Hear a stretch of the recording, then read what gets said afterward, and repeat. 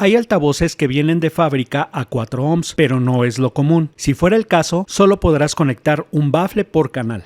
En caso de no conocer los datos de impedancia y potencia RMS de tus altavoces, consulta en la página del fabricante y otórganos sus características para que nosotros hagamos el estudio y te ofrezcamos el mejor amplificador para tu equipo de sonido. Considera la sensibilidad de tus altavoces. Algunos altavoces requieren más potencia para alcanzar un volumen determinado. Si elegiste el amplificador correcto, pero sientes que le falta potencia, es porque tus altavoces tienen baja sensibilidad y deberás elegir un amplificador más potente. Elige un amplificador que se adapte a tus necesidades y preferencias funcionales. Puedes optar entre amplificadores clase D que no pesan para poderlos transportar con facilidad y un consumo energético muy bajo, o puedes optar por nuestros modelos AB con transformador toroidal si el peso y el consumo no es un problema para ti.